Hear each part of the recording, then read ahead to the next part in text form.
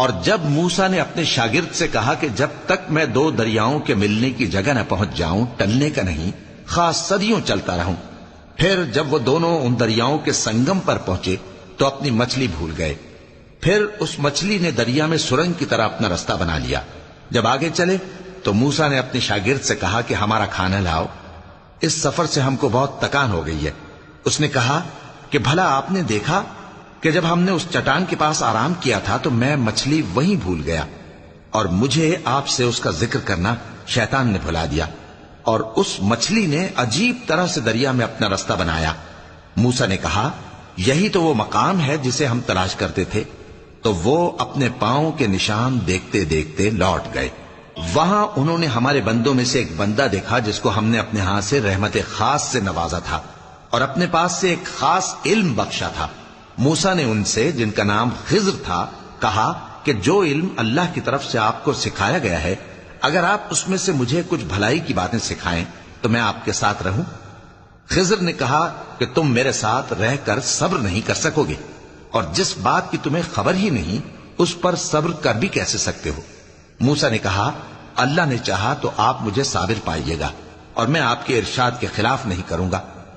خضر نے کہا اگر تم میرے ساتھ رہنا چاہو تو شرط یہ ہے مجھ سے کوئی بات نہ پوچھنا جب تک میں خود اس کا ذکر تم سے نہ کروں.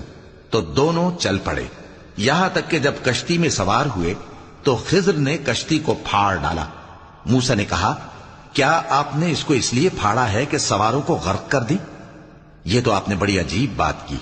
خضر نے کہا کیا میں نے نہیں کہا تھا کہ تم میرے ساتھ صبر نہ کر سکو گے؟ موسیٰ نے کہا کہ جو بھول مجھ سے ہوئی اس پر مواخذہ نہ کیجیے اور میرے معاملے میں مجھ پر مشکل نہ ڈالیے.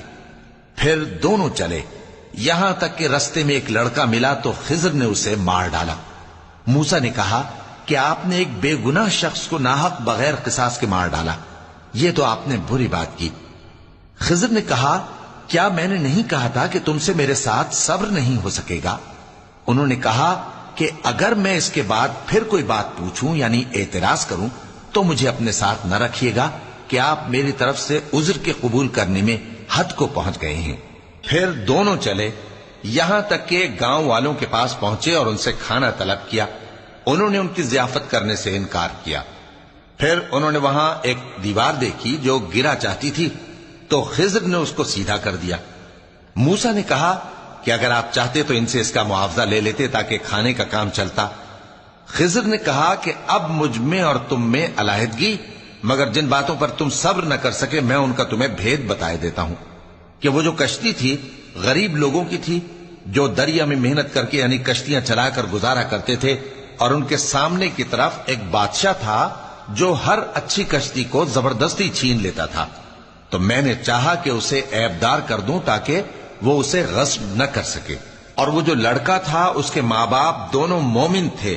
ہمیں اندیشہ ہوا کہ وہ بڑا ہو کر بد کردار ہوگا تو کہیں ان کو سرکشی اور کفر میں نہ پھنسا دے.